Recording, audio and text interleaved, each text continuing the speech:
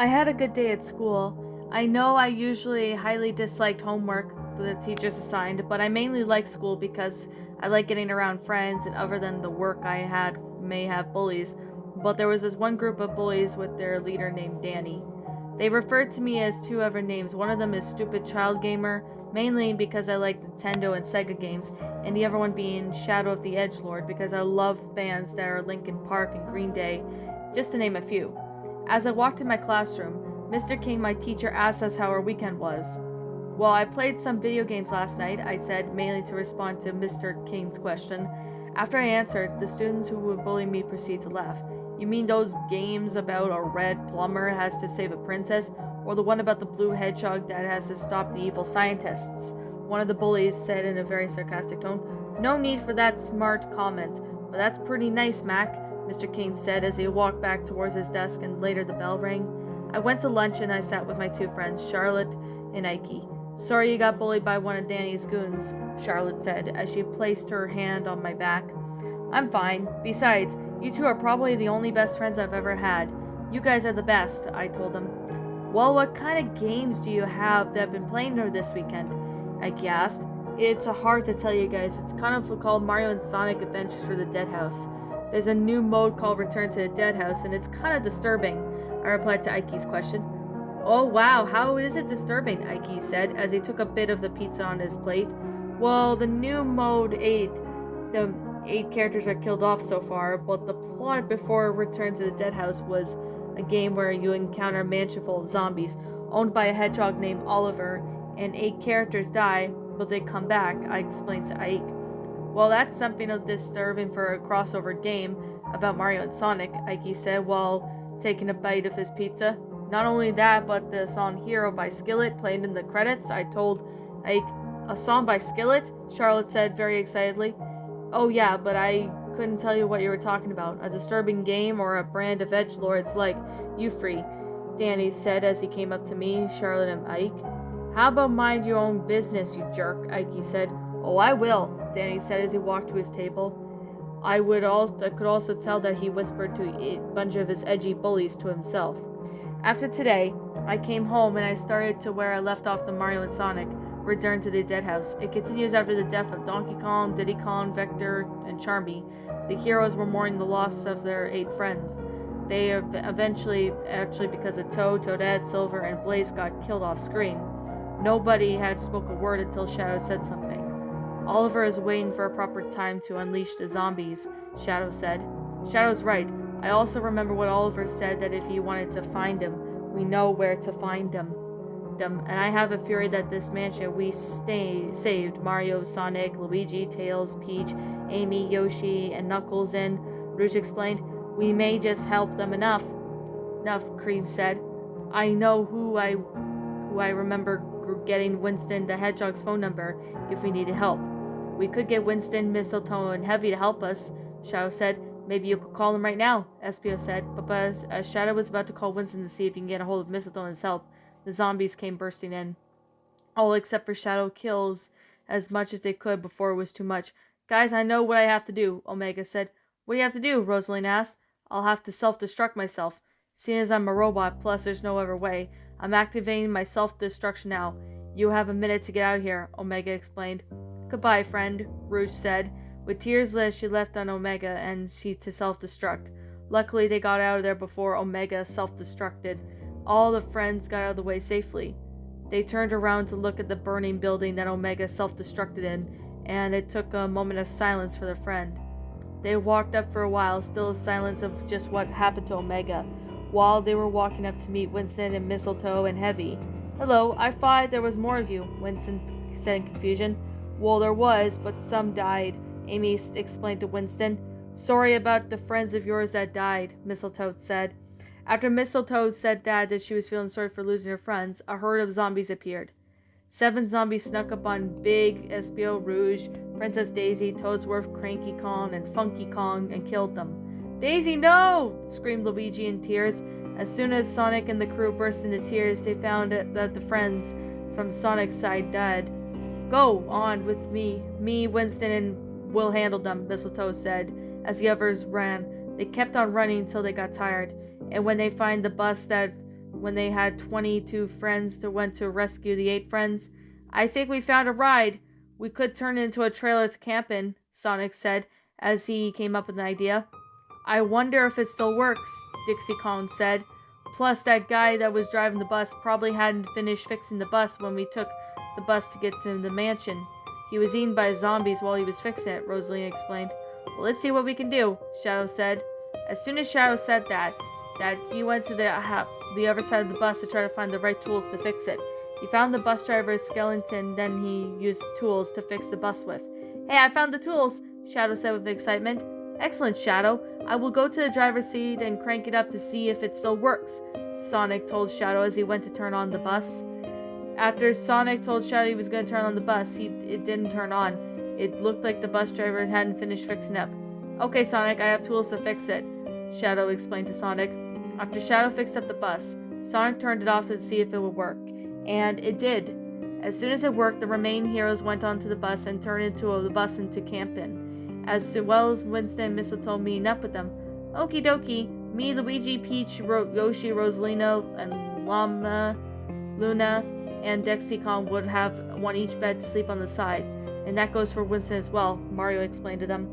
As for me, Tails, Amy, Knuckles, Cream Cheese, and Shadow, as well as Mistletoe, have a bed on each on the right side, Sonic explained to the others. What about me?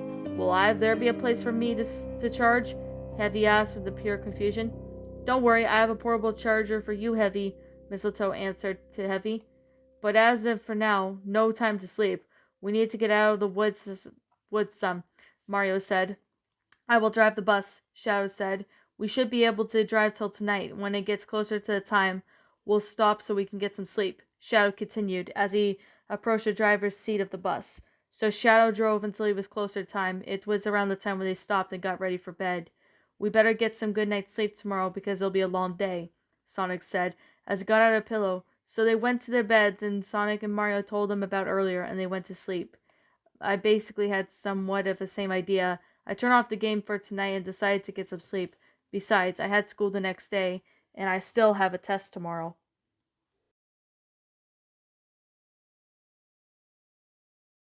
And that, my little pretties, was Mario and Sonic Return to the Dead House Part 2. A Mario and Sonic game creepypasta written by Mario and Sonic Fan 1000. Mario and Sonic Fan 1000, I want to thank you so much for writing this story. I do really appreciate this story. Thank you so much. So, with that being said, I am going to explain about, what I actually liked about this story. A really good second part, actually.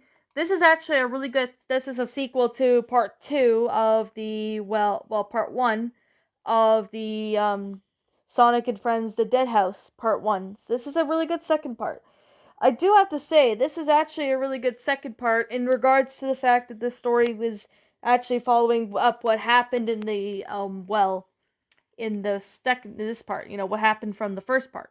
Now, I do have to say the bullies in this were kind of, I could definitely feel bad for the protagonists for getting bullied in this chapter. I do feel bad for them, don't get me wrong. Oh my goodness. This story was really enjoyable. I have to say, there was definitely a great concept to that. It was actually really amazing, well done and made. And I actually have to say that the story itself was somewhat creepy, but it was also pretty interesting of how it all went out.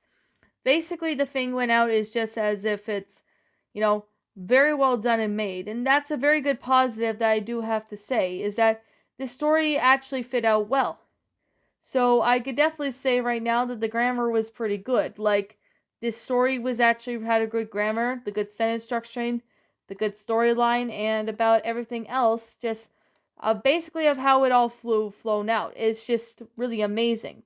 So I definitely have to say, this story was actually pretty amazing, and I have to say, it actually worked out very well with the story, and I definitely have to say, it was pretty cool, so it was really good.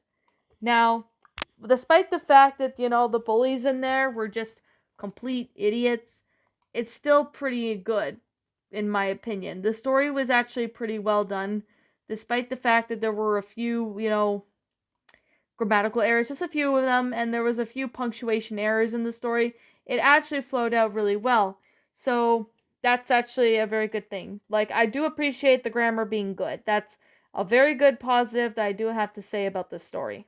So I do have to say, the story actually flowed out well. It was definitely well made, and there's a great good concept when it comes to that. So this story, I actually have to say, was pretty amazing. So that's a very, very amazing thing I do have to say. So with that being said, I am going to, well, kind of explained what I liked about this story, so I guess I'm just gonna wrap it up and say by this. Now, I actually found this story to be rather amazing, well done, and it was pretty awesome in my opinion. It actually fit out very well and very nicely with the story. So, with that being said, I'm just gonna explain about this story. About, is there anything negative that I do have to say about this? No, I sadly don't have anything negative to say about it. But the one thing that I would suggest the author to fix is the punctuation marks and the grammatical errors.